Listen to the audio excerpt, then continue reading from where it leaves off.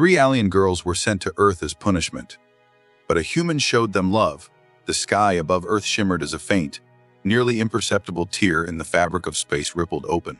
Out of the void, a sleek, metallic vessel blinked into existence, gliding silently through the planet's upper atmosphere. It was almost invisible to the naked eye, wrapped in cloaking technology far beyond human understanding.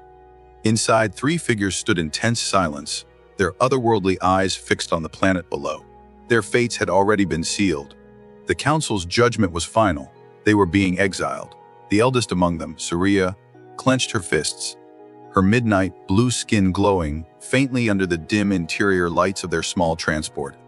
Her silver hair cascaded down her back, swaying as she turned sharply to the control panel.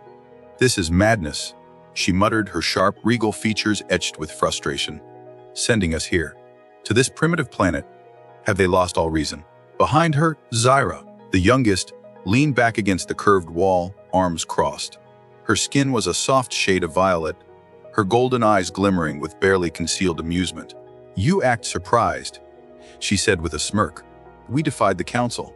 You really thought they'd let us off easy." The third Vela, usually the most reserved, remained silent, staring at the earth growing larger beneath them. Her deep emerald skin was smooth and flawless, her short, raven black hair barely moving as she finally spoke. "They could have executed us," she said quietly. "Instead, they send us here. We should consider ourselves fortunate." Saria scoffed, gripping the controls tighter. "Fortunate. To live among humans," the word dripped with disdain. "To be trapped in a place without our technology, without our people." "No, Vela, this is a death sentence in disguise." Zyra rolled her eyes, pushing off the wall. "It won't be that bad. Come on. Humans are what? Just barely beyond their combustion age. They don't even have interstellar travel daw." She stretched lazily, her toned figure shifting effortlessly. "How dangerous could they be?" Saria exhaled, muttering something under her breath before turning to face them both. "The only thing we know for certain," she said, voice sharp, "is that we are on our own now." A soft chime sounded from the ship's navigation panel. "Descent locked. Landing coordinates confirmed. Impact in 60 seconds.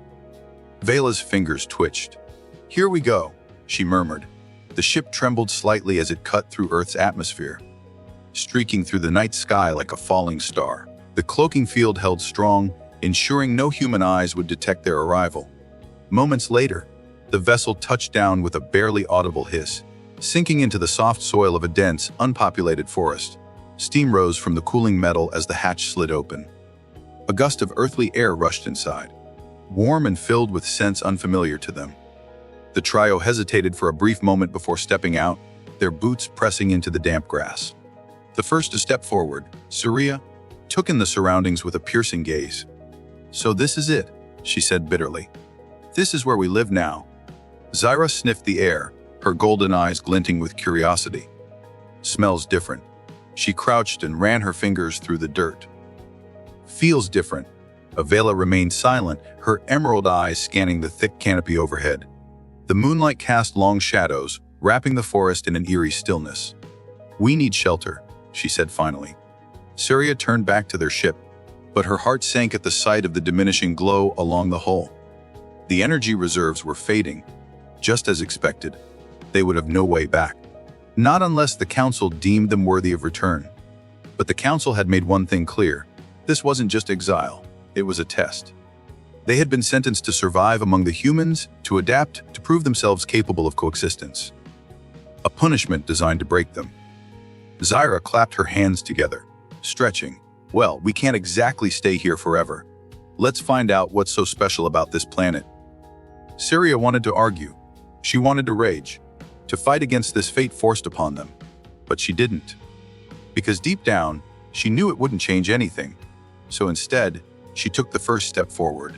Ethan Cross sat on the back porch of his cabin, enjoying the rare moment of peace that his isolated life afforded him.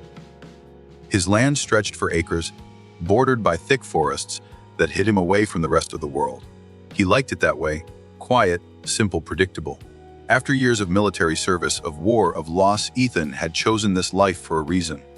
He ran a calloused hand over his scruffy beard, eyes lazily watching the treetops sway under the night breeze. The only sound was the distant chirping of crickets, the rustle of leaves, and the occasional hoot of an owl. But then, something shifted. A sensation he couldn't quite place, a feeling that sent a shiver down his spine. He wasn't alone. Ethan's instincts kicked in instantly, his body tensing. His hand moved to the hunting rifle propped against the porch railing. His pulse remained steady as he listened. Waiting, watching, then a sound. Soft footsteps, barely more than a whisper against the earth, moving through the trees. He turned his gaze toward the dense forest line, eyes narrowing. The wind carried something strange, a scent unlike anything he'd ever encountered before. It wasn't animal, and it sure as hell wasn't human. Ethan didn't move. He stayed seated, rifle in hand, waiting. Seconds passed. Then through the darkness, he saw them. 3 figures, tall, graceful, and undeniably otherworldly. His grip tightened around the rifle. "What the hell?" he murmured under his breath. The tallest, a woman with silver hair and midnight blue skin, took a slow, cautious step forward. Her piercing gaze locked onto him, analyzing him in ways that made his military instincts scream to react. But Ethan didn't raise the rifle. Not yet. Because as much as his instincts told him these women were dangerous, there was something else in their eyes. Something that didn't belong to a predator. A hesitation, an uncertainty, and beneath it all, a silent plea for help. Ethan exhaled slowly, lowering his guard just enough to show he wasn't a threat. He tilted his head, watching them carefully. "Well," he said finally, his voice calm but firm, "you don't look like you're from around here." For a moment, there was silence. Then, the silver-haired woman, her regal posture unshaken, spoke. Her voice was smooth, strong, yet had a hint of reluctant vulnerability. "No," she admitted. "We are not." Ethan arched a brow. Glancing between the 3 of them, he set his rifle aside, folding his arms. "All right then," he said, nodding toward them. "Why don't you start from the beginning?" The night stretched on, the air thick with the weight of the unspoken truths between them. And as the 3 alien women stepped into his world, Ethan knew one thing for certain. His quiet, simple life was about to change forever. The silence between them stretched, thick with unspoken tension. Ethan sat on his porch, watching the 3 alien women standing at the edge of the treeline. They had yet to move, their glowing eyes studying him, evaluating him. He recognized the look, the same kind soldiers wore when trying to assess a threat. The silver-haired one, clearly the leader, held herself like a queen despite the unfamiliarity of her surroundings. Her gaze flickered between him and his cabin, calculating, as if she were measuring his worth. The violet-skinned one beside her looked far more relaxed, arms crossed, a faint smirk tugging at her lips. The last one, emerald-skinned and silent, observed him with unnerving stillness. Ethan had seen war. He'd seen men who knew how to kill, who moved like predators even when standing still. And yet, these 3 didn't feel like soldiers. They felt like something else entirely. Still, that didn't mean he'd let his guard down. He leaned forward slightly, resting his arms on his knees, his voice calm but firm. "All right, since we're doing this the old-fashioned way, I'll go first." He gestured at himself. "Ethan Cross. I live here, alone." He tilted his head slightly. "No, your turn." The silver-haired woman hesitated before stepping forward, the moonlight casting a faint glow on her flawless, midnight blue skin. Up close, Ethan could see faint patterns glimmering subtly across her exposed arms. A trait he could only assume was natural to her species. "I am Syria," she said, her voice smooth but laced with authority. "This is Zara." She motioned toward the violet-skinned woman, who responded with a lazy wave. "And this is Vela." The emerald-skinned one merely inclined her head in acknowledgement. Ethan took in their names, rolling them over in his mind. Definitely not human. His expression remained neutral. "And what exactly brings 3 otherworldly women to my backyard in the middle of the night?" Suria's jaw tightened, but it was Zara who spoke first, her voice tinged with amusement. "Oh, just a little thing called exile." Ethan's brow arched. "Exile." Suria shot Zara a warning glance before facing Ethan again. "We were sent here as punishment." Ethan studied her carefully. He knew that tone. It was the same one he used when talking about things he'd rather not discuss. For now, he wouldn't push. "So," he said, standing up, "you were dumped here, alone. No resources. No plan?" He eyed them critically. "That about right?" Suria's lips pressed into a thin line, but Vela, who had remained silent this entire time, finally spoke. Her voice soft but firm. Correct. Ethan sighed. Well, that's just fantastic. Zyra's golden eyes sparkled with amusement. Are you always this welcoming to lost travelers? Depends, Ethan said, crossing his arms. Most lost travelers don't come from another planet. Zyra grinned. Fair point. But Ethan exhaled through his nose, gaze drifting toward the sky. The stars shone brightly, undisturbed by city lights. Somewhere up there was the world these women came from. A world that had cast them aside. He didn't know their crime. Didn't know if they were dangerous. Didn't know if helping them would come back to bite him in the ass. But something in their eyes, especially in Suria's, told him they weren't here by choice. And if there was one thing Ethan understood, it was what it felt like to be abandoned. He scratched the back of his neck, letting out a long sigh. Well, he said finally, you're in luck. I know a thing or two about surviving in the middle of nowhere. Surya frowned slightly. We do not require assistance. Zyra snorted. Speak for yourself, fearless leader. I don't know about you, but I'd rather sleep in an actual shelter than in a damp forest. Vela remained neutral, neither agreeing nor disagreeing. Ethan smirked.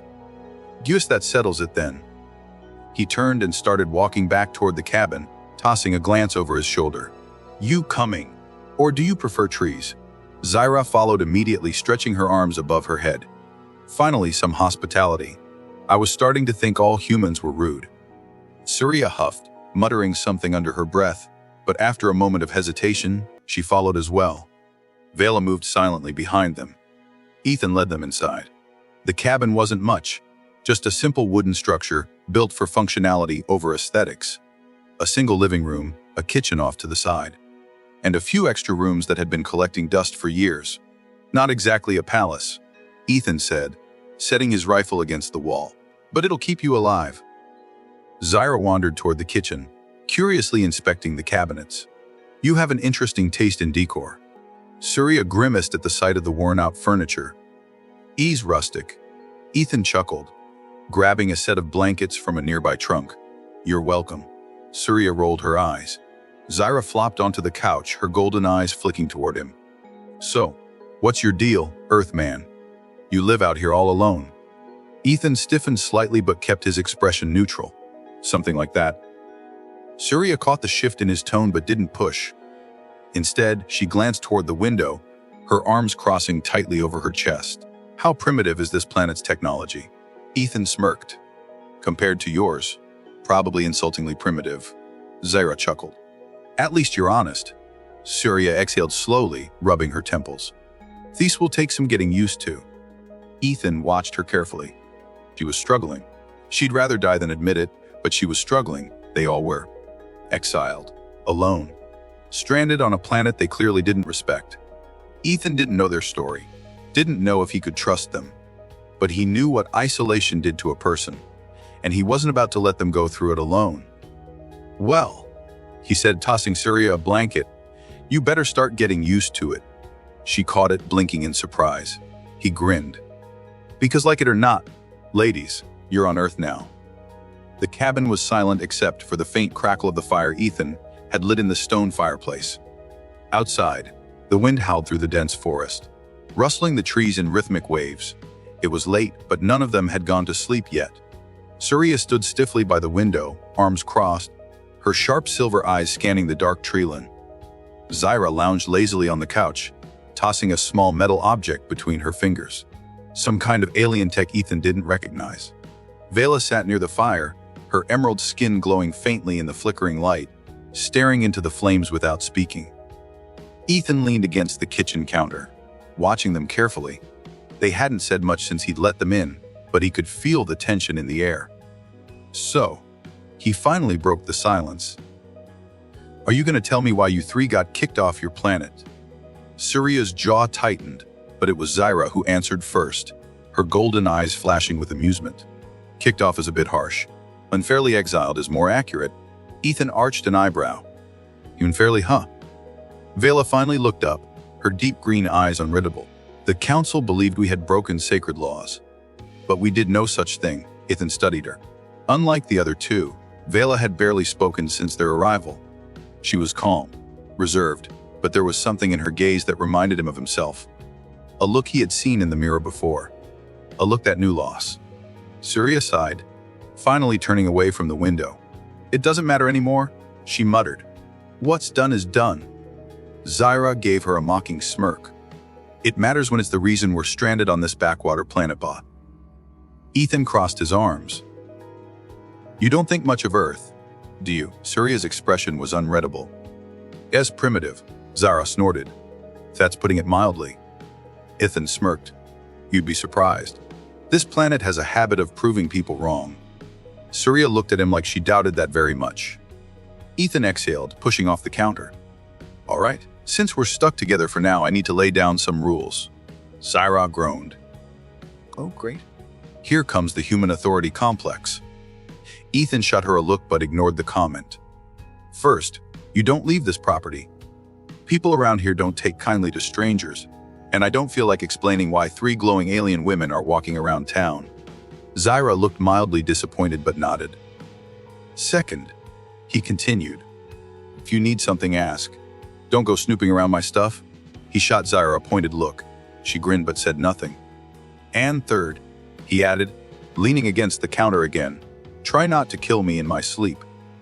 Vela's lips twitched in the ghost of a smirk. "If we wanted you dead, you wouldn't have woken up," Ethan laughed. "Good to know."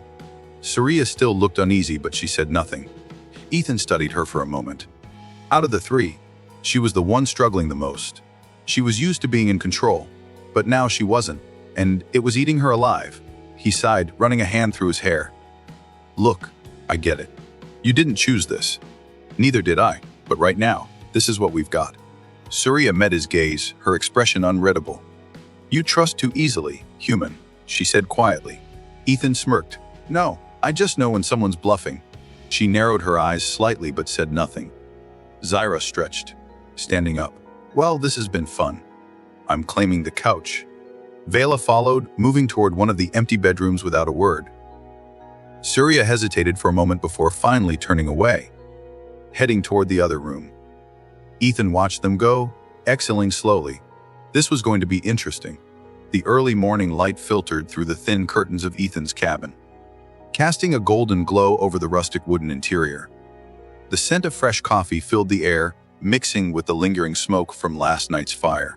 Ethan stood by the kitchen counter, pouring himself a cup, trying to process the new reality he had somehow walked into. 3 alien women, all exiled, stranded here on Earth, living under his roof. It sounded like something straight out of a bad sci-fi movie. Yet here they were. And they were a handful.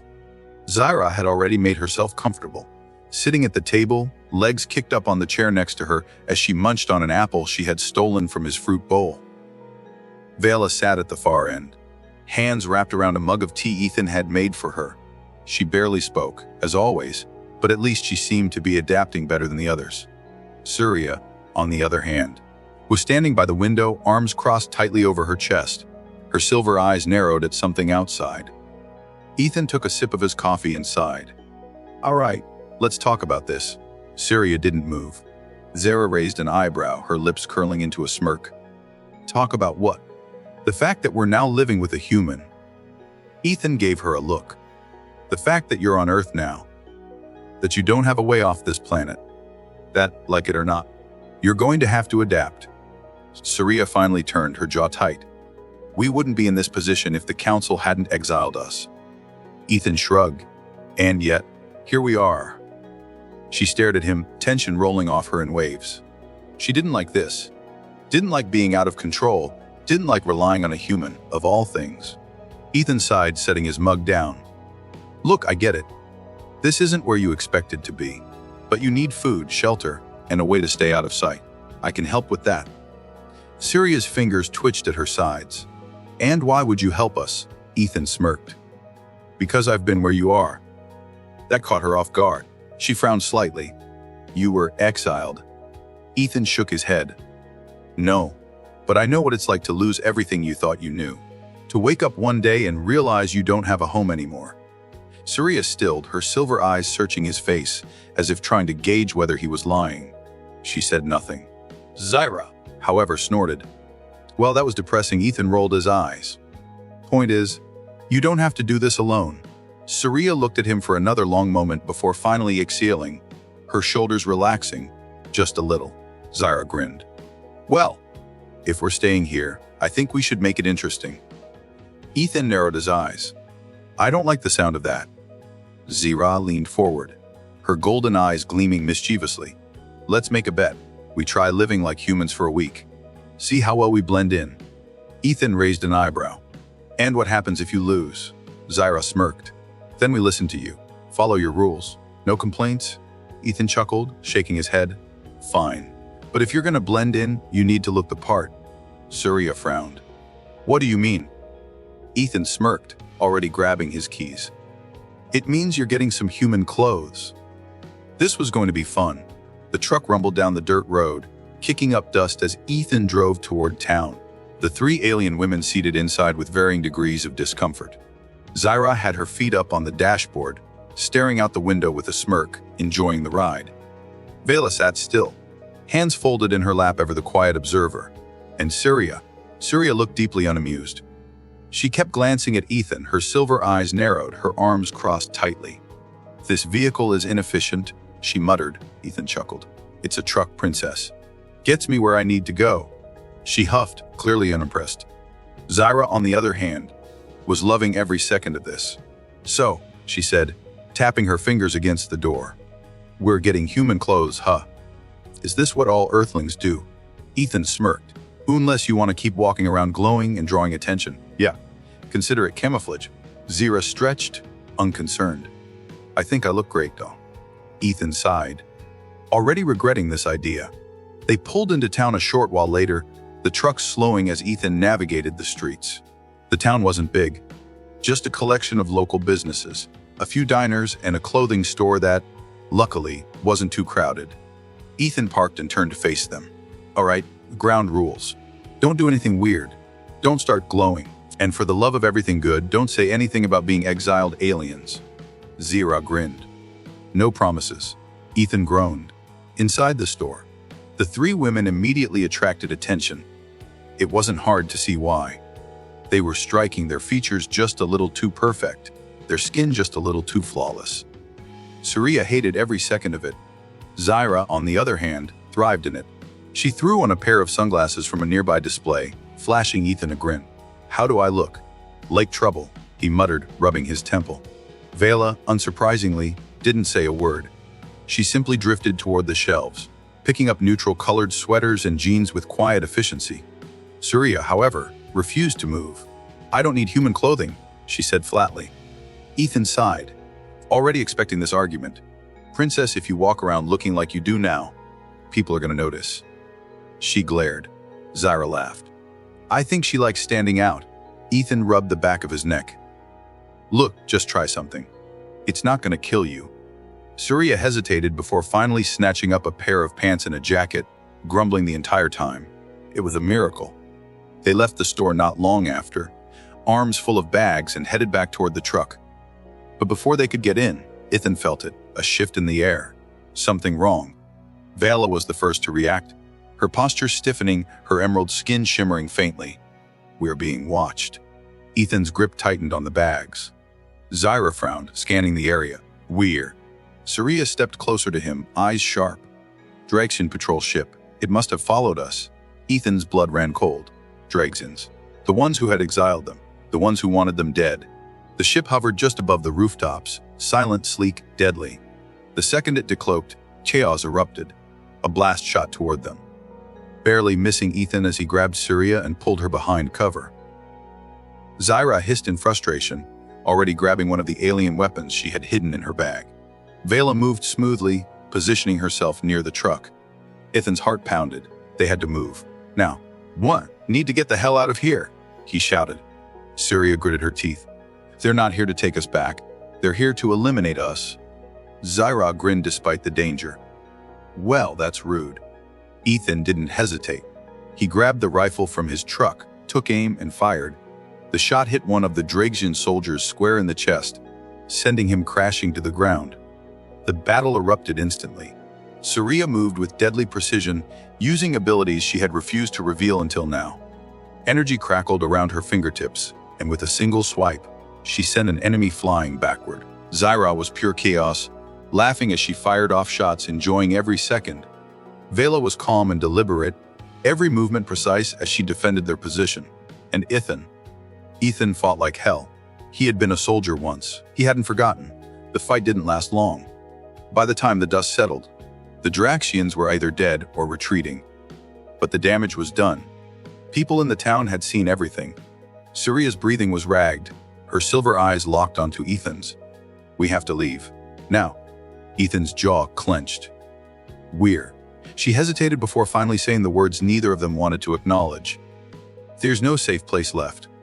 Silence stretched between them, until Ethan exhaled sharply, his decision made. He looked at them, 3 alien women abandoned by their own people, hunted on a planet that wasn't their own. And then he smiled. "Then I guess we make our own." Surya stared at him. "You would do that?" Ethan shrugged. "Why not? You're stuck with me now." Zyra grinned. "You might regret that." Vela finally spoke, her voice softer than before. "No, he won't." Ethan ran a hand through his hair. Already thinking of the next steps, they had a long road ahead of them. But for the first time in a long time, none of them were alone. And that was enough. For now.